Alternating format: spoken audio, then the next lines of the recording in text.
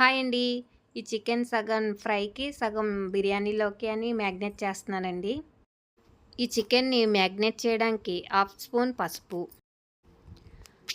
2 spoons కారం, 1 full spoon salt, 1 spoon garam masala paste, అలాగే 3 spoons పెరుగు. ఇప్పుడు ఇవన్నీ పీసెస్‌కి పట్టేలాగా బాగా కలపాలన్నమాట. మనం ఎంత బాగా కలిపితే పీసెస్‌కి అంత బాగా పడుతుంది. అప్పుడే టేస్ట్ వస్తదనమాట.